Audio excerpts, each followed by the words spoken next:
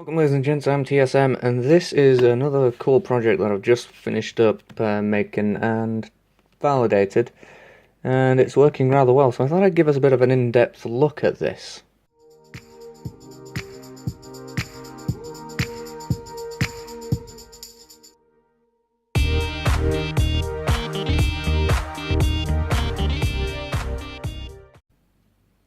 So what this is a multi-wattage magnetic ballast designed to run multiple different types of lamps, both with and without an igniter.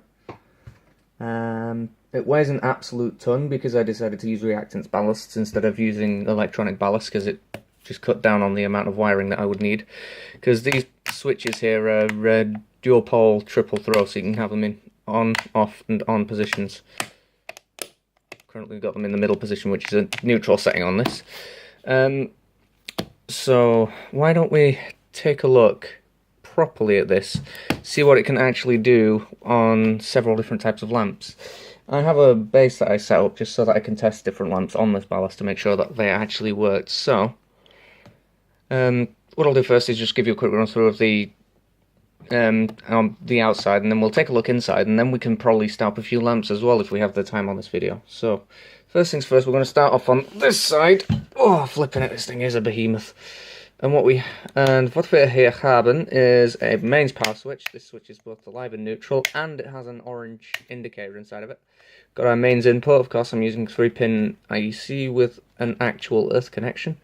If I can find my meter, then we can easily verify that. So here it is, the probe. I've got it connected to the earth, and it will make this noise. It will make this noise. Hang on, I'll just short the...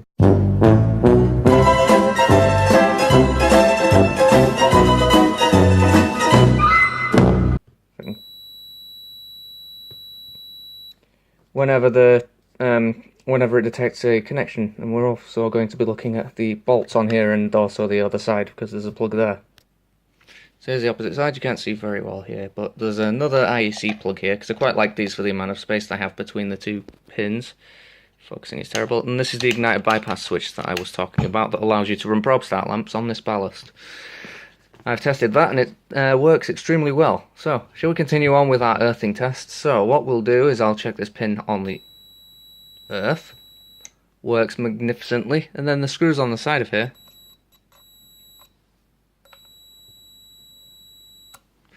They work too.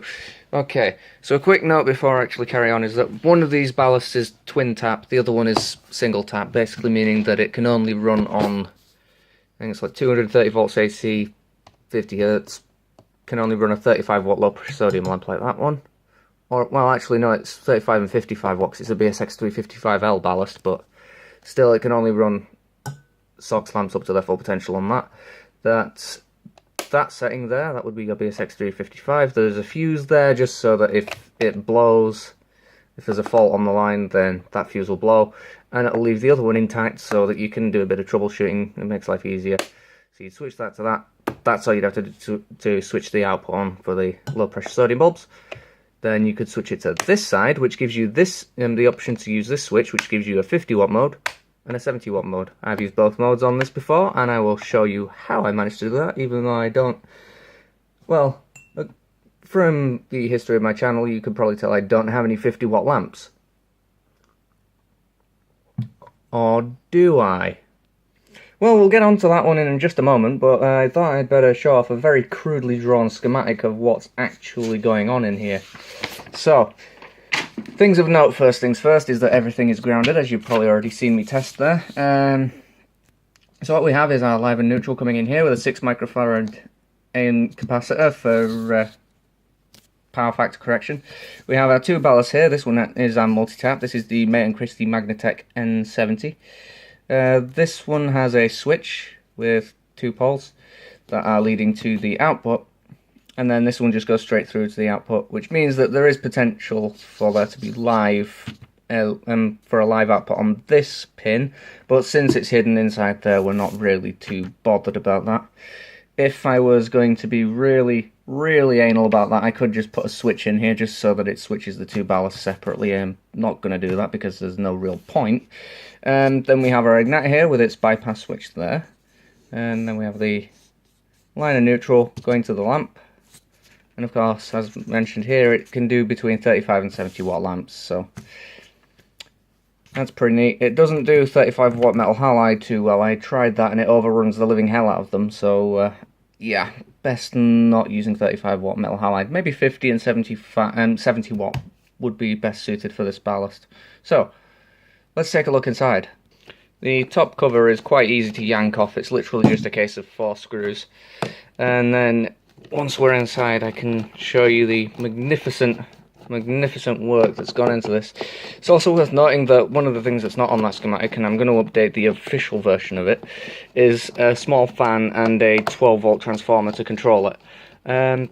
Makes a fair noise, so I'm actually going to get a switching power supply instead of using the 12 volt transformer that's in this thing, and I'm going to then put a small buck converter on that just so that I can lower the fan speed to a point where it's still pushing plenty of air through this ballast and doesn't make a load of noise, because noise is kind of a problem when you're using this to grow potatoes with, which I've actually been trying at the moment with actually fairly decent success on a 70 watt son lamp.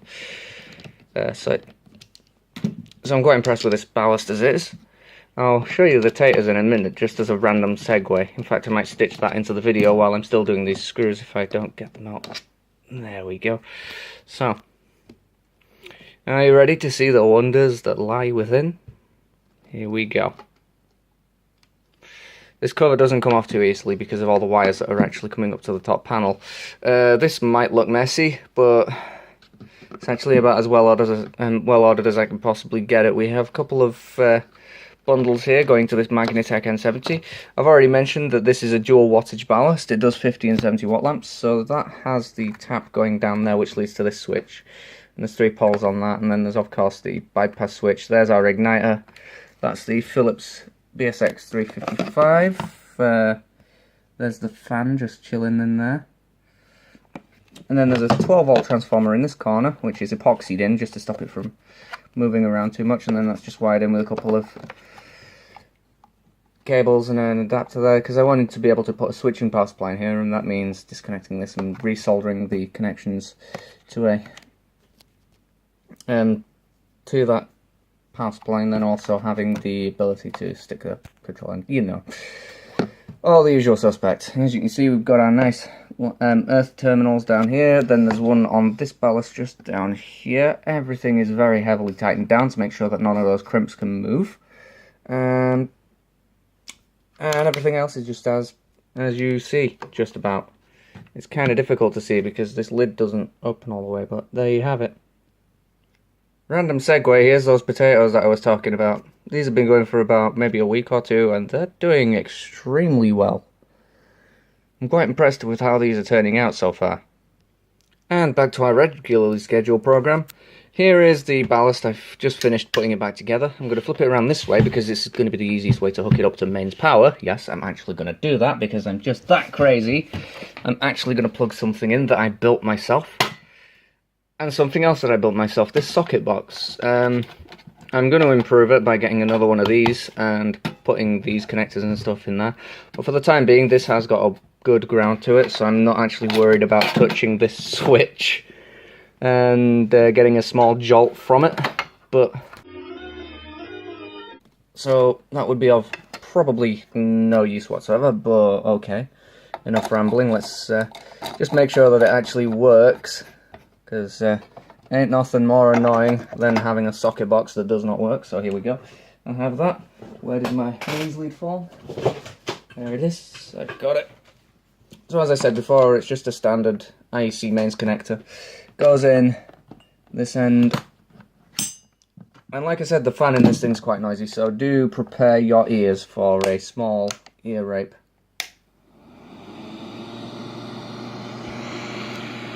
It's about as loud as an NVIDIA FX 5800 Ultra, if you've ever heard one of those cards. Okay, so here we go. So I've got a little toggle switch here that allows me to switch between the 2 sockets. If I switch it this way, it turns on the bayonet socket. If it's turn it that way, it turns on the Edison, like so. and that's working perfectly. So let's get something rather cool on this ballast.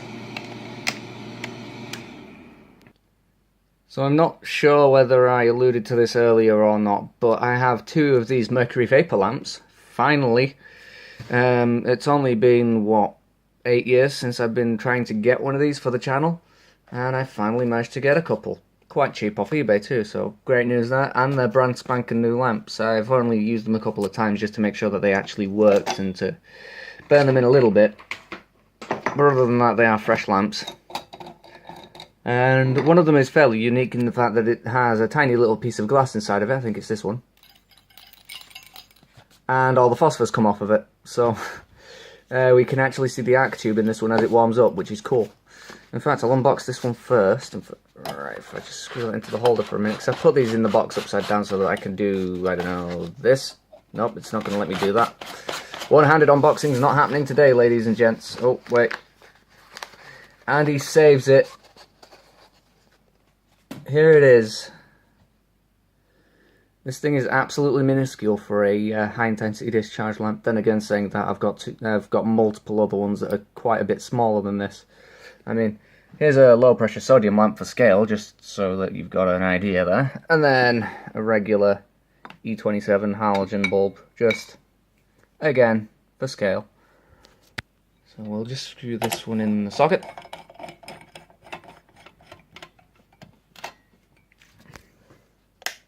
Power on the ballast, select the ballast ballast wattage, make sure the igniter is disabled because these are probe start lamps. In fact, if I can bring it in a little bit closer, you can probably just about see the starting probe in there.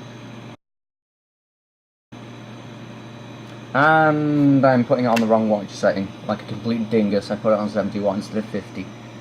So here we go. Beautiful.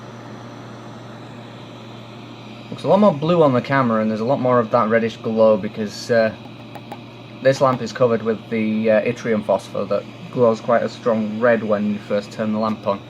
I'll show you that in a second with the blacklight test. That's why that's in the picture, and then that's just there because, well, Soxmania, that's my channel name.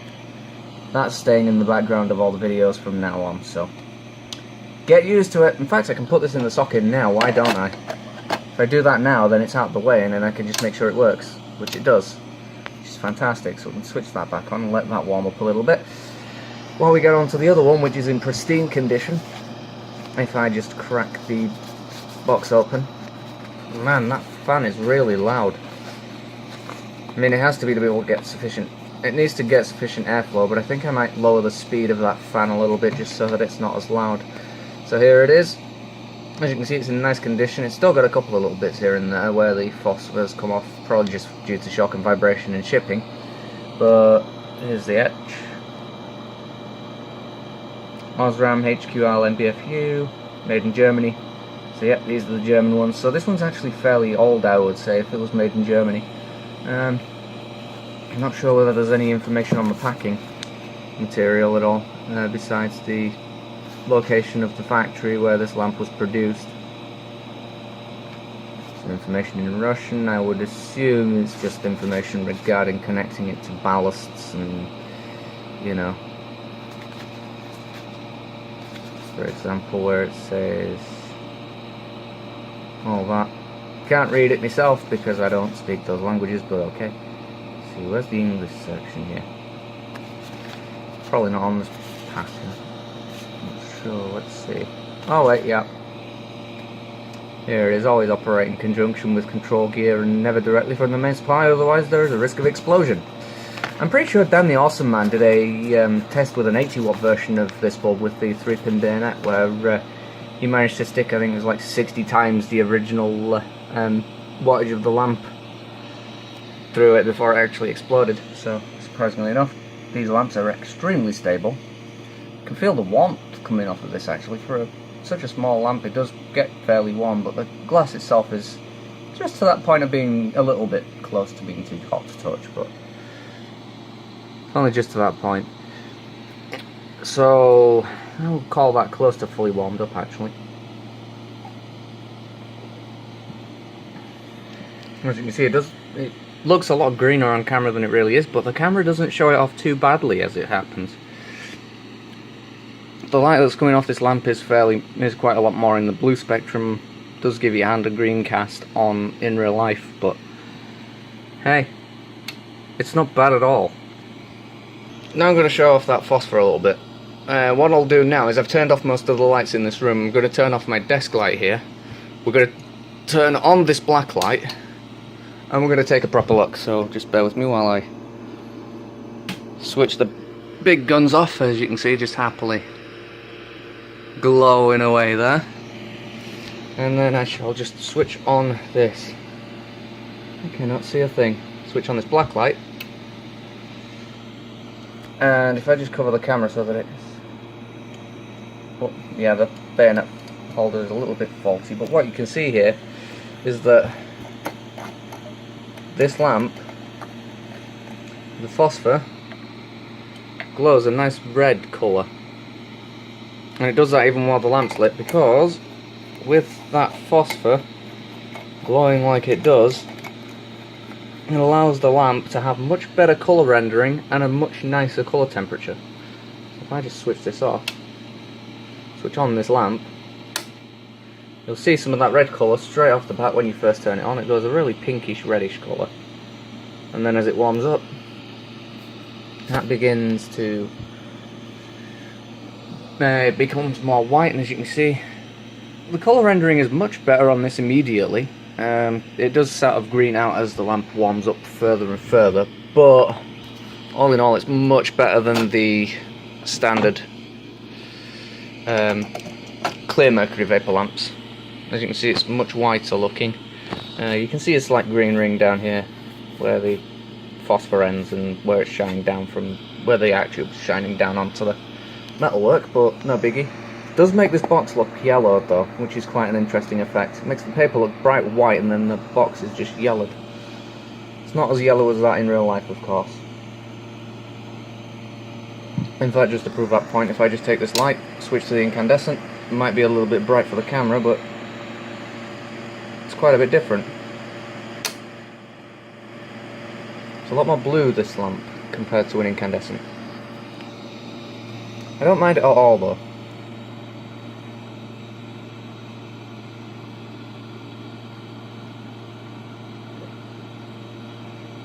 What I do mind is the noise of that little squirrel cage blower. It's really annoying, but not much we can do about that. I dare say more annoying than my frickin' computer, which can make a fair bit of a racket. I'm just going to clean the lens on my camera. 1 second. Well, that made a little bit of a difference, but not much.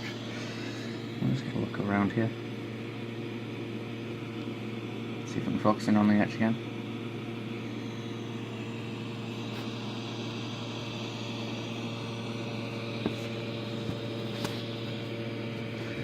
See if I can get you a look up inside. Ooh, can just about see the bottom of the arc tube there.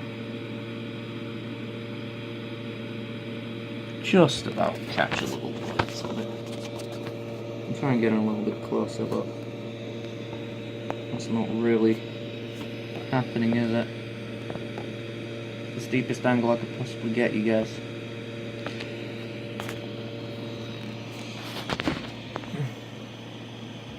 This lamp's not quite up to temperature yet, but it's making a nice amount of light.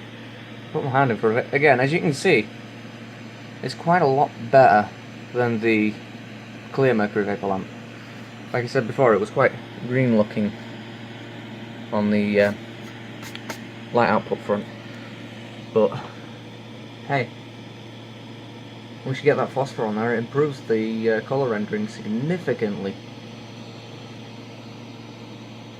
I think it goes from like a Cree index of, I think it's like 45 up to 65. So an increase of 20 on the Cree scale. It's doing a decent job of lighting this room up, I can tell you that. It's not quite up to full snuff yet though. It starts to flicker a bit more once it gets up to full temperature, but that's the ballast again. As you can see, it doesn't look as yellow as it did while the lamp was warming up or when I had the other lamp on, so it's quite an interesting effect there. the yellowing. It's lining up this room nicely now that it's actually got up to close to full bore. So these lamps actually do take a fair amount longer to warm up than, say, a ceramic metal halide. This one takes on average about 4 minutes to warm up, and it's almost up to full temperature now. In fact, it takes quite a bit longer than, say, even a high pressure sodium takes a lot less time than the mercury vapors do to warm up. Maybe the way they were phased out is just because they weren't as efficient as high pressure sodium and metal halide, and they also don't have as good a colour rendering as the aforementioned metal halide. But these do a blinding job at throwing out as much light as you could possibly need. And again, we're going to do the hand test. Looks quite nice. It's a little bit on the yellow side on the camera. Doesn't seem to like it much, and there's a fair bit of flicker because, of course, these are magnetic ballasts. You can't get high frequency electronic for mercury vapor because of the probe stamp feature on them. But yeah, there you have it.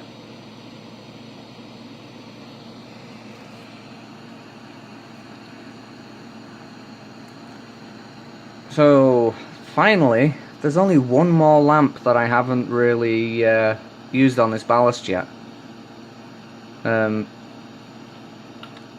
So I think we should probably get to that, since it is kind of the name of my channel and all that, and I haven't warmed it up yet, which is kind of it's a bit of a cardinal sin, to be honest. I'll switch this one off, and then we'll do that right now. Well, my computer's randomly turned itself back on, so I'm just switching it off now. There we go. So you all knew this moment was coming. I had to put it on here. It's the only one that I haven't lit up yet. I've lit the black light, both of the mercury vapors, both of these lamps. It's happening. 3, 2, 1.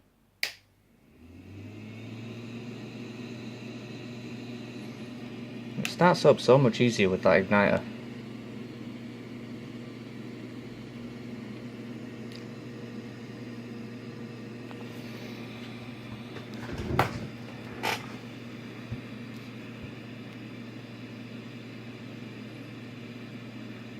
The fun thing is about this ballast is that you can switch in values randomly. I forgot to mention this, but if you have a lamp that's fairly low pressure, say a high pressure sodium or a mercury vapor, you can actually take the wattage control, and I'm only going to do this once just as a short stint here, and you can switch the lamp onto a higher wattage setting. So I'm going to just switch this on to 50 watt for a second,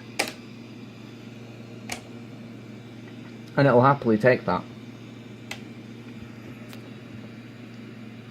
Which also means if you felt like underrunning a lamp, which again you shouldn't do, you can do that. Not really the greatest thing on the planet to do to your bulbs, but I mean, with incandescence it's not so much of a problem. It's not so much of an issue, because if you underrun those, it just means that they'll last longer because you're running the filaments at a lower temperature. It's not like an arc lamp where if you run it far too low you'll end up sputtering the electrodes. What we'll do now is we'll just watch this warm up.